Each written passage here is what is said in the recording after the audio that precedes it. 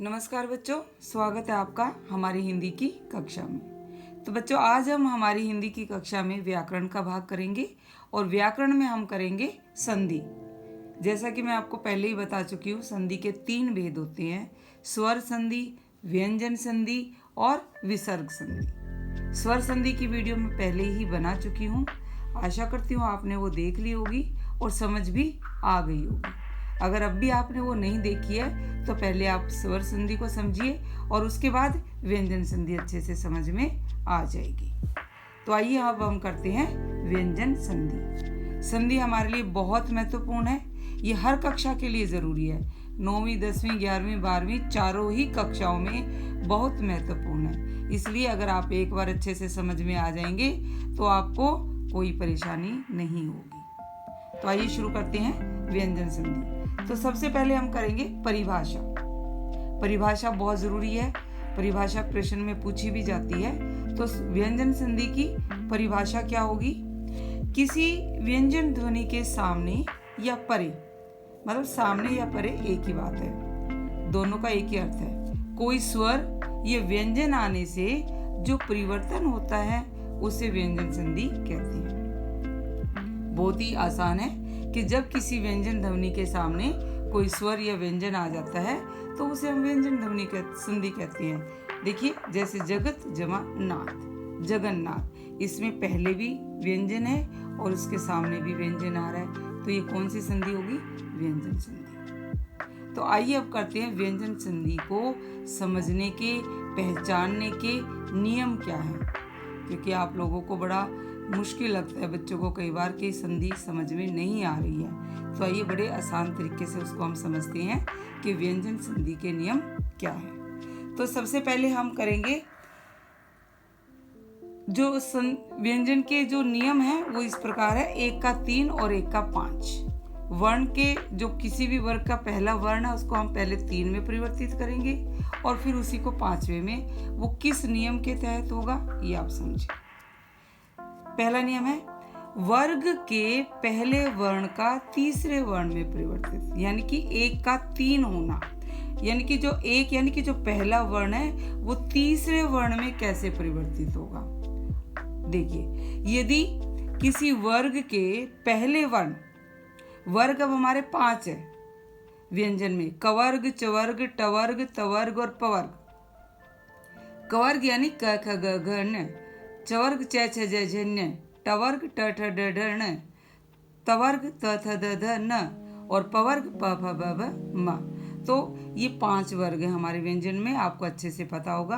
तो किसी भी वर्ग का जो पहला वर्ण है उसके सामने कोई स्वर या फिर किसी भी वर्ग का तीसरा चौथा वर्ण होगा, या ये रे ले वे और है, इनमें से कोई भी वर्ण आ जाता है तो पहला वर्ण उसी वर्ग का तीसरा वर्ण हो जाता है। देखिए, मैं समझाती हूँ कैसे पहला वर्ण तीसरे वर्ण में परिवर्तित होता है। ये देखिए, ये हमारे 5 वर्ग है और पांचों वर्ग के पहले वर्ण है ये क च ट थ प, यानी कि इनमें से किसी के भी सामने किसी भी वर्ग का तीसरा या चौथा वर्ण आ जाए। तीसरा कौन सा होता है? जैसे कवर का क ख ग, ये तीसरा वर्ण है, और चौथा घ।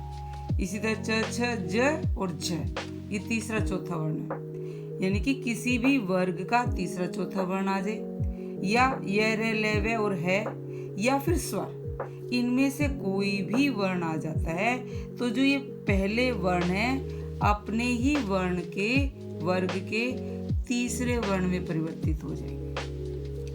क ग बन जाएगा, क ख ग, तीसरा है ना ग। च ज, च छ ज, तीसरा वर्ण ज। ट ट ठ ड ड, तीसरा वर्ण हो गया। त त थ द, तीसरा वर्ण द। प प फ ब, यानी कि ये जो पहले वर्ण है अपने ही वर्ण के तीसरे वर्ण में बदल जाएंगे। बहुत आसान। किसी भी वर्ण के पहले वर्ण के सामने कोई तीसरा चौथा वर्ण, य र ल व है, या कोई स्वर आ जाता है तो वो वर्ण अपने ही वर्ग के तीसरे वर्ण में परिवर्तित हो जाएगा। देखिए उदाहरण में आपको समझाती हूँ। वाक जमा ईश, क पहला वर्ण है और इसके सामने क्या आ गया, स्वर आ गया, ये रहा स्वर। तो ये क किस में परिवर्तित हो जाएगा, अपने ही वर्ग के तीसरे वर्ण में, क ख ग, तो ये क्या बन गया, ग, वागीश। सत जमा गुण, ग तीसरा वर्ण है, क ख ग, तो तीसरा या चौथा वर्ण आ जाएगा। सत जमा गुण, तो तय किस में बदल जाएगा, द में, त था द, सद्गुण। इसी तरह षट जमा आनन, ट पहला वर्ण है और इसके सामने क्या आ रहा है, स्वर, तो ट किस में बदल जाएगा, अपने तीसरे वर्ण में, ट ठ ड, षडानन। अप जमा धी, पै के सामने ध आ रहा है चौथा वर्ण, तो पा किस में बदल जाएगा, ब में, क्योंकि यहाँ पर आधा पै तो ये भी आधा ब बनेगा, अवधि। तो ये तो हमने किया 1 का 3, यानी कि पहले वर्ण को तीसरे वर्ण में बदल दिया। अब इसी प्रकार पहले वर्ण को 5वें वर्ण में बदलेंगे।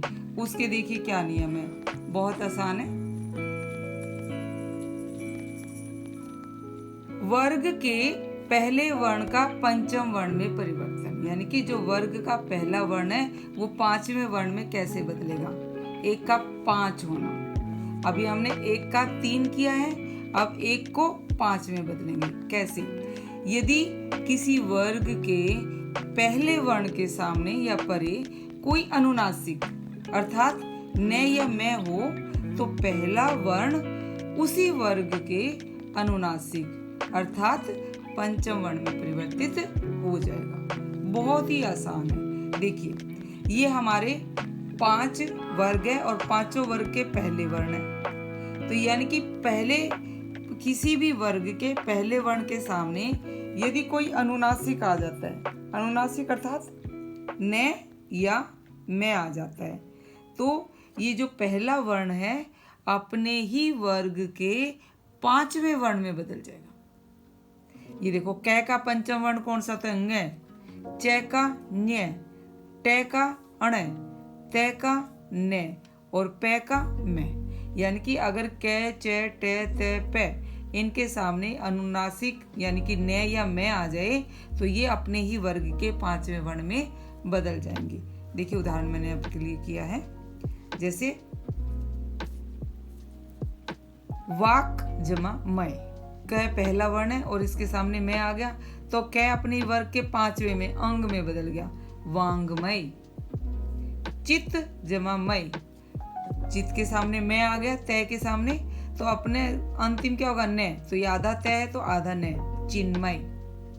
षट जमा मास, षट ट का अंतिम कौन सा था, अण है, आधा है तो ये आधा ही अण बन जाएगा, क्षण मास। तो बहुत आसान हो गई। तो यदि किसी वर्ग के पहले वर्ण के सामने अनुनासिक अर्थात न या मैं आ जाए तो पहला वर्ण 5वें में बदल जाएगा। ये तो था हमारा पहले वर्ण को तीसरे और 5वें में बदलने के नियम। अब हम कुछ नियम और करेंगे। तो पहले हम करेंगे छ और तय के, यानी कि छत के नियम करेंगे। आप छत याद रखिए, छत से आपको दोनों याद हो जाएंगे, छ के नियम और तय के नियम। तो देखो छ के नियम क्या है, बहुत आसान है। छ संबंधी नियम देखिए, यदि किसी शब्द के अंत में कोई स्वर हो और उसके आगे अर्थात उसके सामने के शब्द में पहला वर्ण छ हो, तो छ के सामने आधा च जुड़ जाएगा, वो छ में परिवर्तित हो जाता है। बहुत आसान है। यानी कि पहले शब्द के अंत में कोई स्वर है और उसके सामने वाला जो शब्द है उसका पहला वर्ण अगर छ होगा तो छ के साथ आधा च जुड़ जाएगा। देखिए मैंने उदाहरण दिया है समझाने के लिए आपको, बहुत ही आसान है। यहां मान लीजिए पहला शब्द है कोई और उसके अंत में आ रहा है स्वर, और स्वर के पहले शब्द के सामने जो दूसरा शब्द है उसके पहला वर्ण छ है, तो छ क्या बन जाएगा, तो छ बन जाएगा, यानी कि उसके साथ आधा च जुड़ जाएगा। यहां देखिए मैंने किया अनु जमा छेद, अनु में क्या है, स्वर है, अंत में ऊ स्वर आ रहा है, तो स्वर के बाद क्या आ रहा है छ, तो क्या बन जाएगा, छ के साथ आधा च जुड़ जाएगा, अनुच्छेद। इसी तरह वी जमा छेद, वी में कौन सा स्वर है? ई, और स्वर के बाद पहला वर्ण क्या है? छ, तो छ के साथ आधा च जुड़ जाएगा, विच्छेद। इसी प्रकार है आ जमा छादन, आ स्वर है, उसके बाद पहला क्या रहा है? छ, तो छ के साथ आधा च जुड़ जाएगा, आच्छादन। इसी तरह परि जमा छेद, परि में भी ई स्वर आ रहा है, ई के बाद स्वर के बाद यानी कि छ आ रहा है पहला, तो छ के साथ आधा च जुड़ जाएगा। बहुत आसान सा है, बिल्कुल भी आपको घबराने की जरूरत नहीं है। यदि पहले शब्द के अंत में कोई स्वर है और उसके सामने जो शब्द आ रहा है उसका पहला वर्ण यदि छ है तो छ के साथ आधा च जुड़ जाएगा। तो ये तो है हमारा छ का नियम, यानी कि छत का छ। अब छत का तय करते हैं, यानी कि तय के नियम देखते हैं। तय में व्यंजन संधि किस प्रकार की जाएगी। तो आइए अब करते हैं तय संबंधी नियम। जिस प्रकार मैंने आपको छ के नियम बताए हैं बहुत आसान है, उसी प्रकार तय के भी बहुत आसान है। एक बार आपको ध्यान से समझना है, आपको बहुत अच्छे से समझ में आ जाएगा। देखिए मैंने चार्ट बनाया है। यदि तय के सामने च या छ आ जाता है तो तय च में बदल जाएगा, यानी कि च छ में पहला कौन है? च, तो तय च में बदल जाएगा। इसी प्रकार तय के सामने ज या झ आ जाता है तो तय ज में बदल जाएगा। तय के सामने यदि ट या ठ इन दोनों में से कोई भी वर्ण आता है तो तय ट में बदल जाएगा। इसी प्रकार तय के सामने ड या ढ इन दोनों में से कोई भी वर्ण आता है तो तय ड में बदल जाएगा। और अंत में तय के सामने यदि ल आता है तो तय ल में ही परिवर्तित हो जाएगा। तो इसके देखिए कुछ उदाहरण है, बहुत ही आसान है, आपको मैं समझाती हूँ किस प्रकार है। उत जमा चारण, तय के सामने क्या आ रहा है? च, ये देखिए च आ रहा है तो तय किस में बदलेगा? च में। यहाँ देखिए उत जमा चारण, तो तय किस में बदल गया? च में। उच्चारण, आधा तय है तो यहाँ भी आधा च बन गया, उच्चारण। उत जमा चरित, तय के सामने क्या आ रहा है? च, तो तय किस में बदल जाएगा? च में, आधा च, क्योंकि ये भी आधा ही है तो उच्चरित। इसी प्रकार देखिए सत जमा जन, तय के सामने क्या आ रहा है? ज, तो तय किस में बदलेगा? ज या झ कोई भी आता है तो तय ज में बदल जाएगा। तो तय किस में बदलेगा? ज में, सज्जन। जगत जमा जननी, तो तय के सामने क्या आ रहा है? ज, तो तय ज में ही बदल जाएगा, जगजननी। तत् जमा टीका, अब तय के सामने क्या आ रहा है? ट, यहाँ देखिए तय के सामने ट या ठ आता है तो तय ट में बदल जाएगा। तो यहाँ देखिए तत् टीका, तो तय किस में बदल जाएगा? ट में, आधा ट, तो क्या संधि होगी? तट्टीका। वृहित जमा टीका, तय के सामने ट आ रहा है तो तय ट में ही बदल जाएगा, बृहटीका। इसी प्रकार देखिए उत जमा डयन, तय के सामने यदि ड या ढ आ रहा है तो तय ड में ही बदलता है, तो यहाँ वही नियम लागू हो रहा है। उत जमा डयन, उत के सामने ड आ रहा है तो किस में बदलेगा? तय ड में, उड्डयन। और ये ल का नियम, अगर तय के सामने ल आएगा तो ल में ही बदल जाएगा। देखो उत जमा लास, तो तय किस में बदलेगा? ल में, उल्लास। तत् जमा लीन, तल्लीन, ये तय किस में बदल गया? ल में ही बदल गया। तो बहुत आसान है तय के नियम। तय के सामने यदि च छ आएंगे तो तय च में बदल गया, ज ज आएगा तो ज में बदलेगा, ट ठ आएगा तो ट में, ड ढ आएगा ड में, और ल आएगा तो ल में, यानी कि तय अपना रूप बदल लेगा, इस रूप में वो आ जाएगा। अब तय के ही दो नियम ऐसे हैं, वो थोड़े से भिन्न है, लेकिन उसमें अभी तक क्या हो रहा था? इनमें तय सिर्फ तय ही अपना रूप बदल रहा था, तय च में बदल रहा था, ज में, ट में, ड में, ल में, सामने वाले शब्द पर कोई प्रभाव नहीं पड़ रहा था। लेकिन यहाँ पर तय के सामने यदि श या है आ जाता है तो तय तो बदलेगा ही बदलेगा, उसके सामने वाला वर्ण भी बदल जाएगा। देखिए कैसे, यहाँ देखिए तय के सामने यदि श आ जाता है, शलगम वाला श, तो वो कैसे बदलेगा? अगर तय के सामने श आ गया तो तय तो बदल जाएगा च में और श बदल जाएगा छ में। इसी प्रकार तय के सामने यदि है आ जाता है तो तय तो बदल जाएगा द में और है बदल जाएगा ध में, यानी कि तय भी बदलेगा और उसके सामने जो आ रहा है वर्ण श और है वो दोनों भी बदल जाएंगे। देखिए उदाहरण मैंने किया, उत जमा शिष्ट, तय के सामने श आ रहा है तो यहाँ पर तय भी बदलेगा और श भी बदलेगा। तय तो बदल जाएगा आधे च में क्योंकि आधा तय है, और श किस में बदल जाएगा? छ में। तो क्या हुई संधि? उच्छिष्ट। इसी तरह सत्य जमा शास्त्र, तय किस में बदल गया?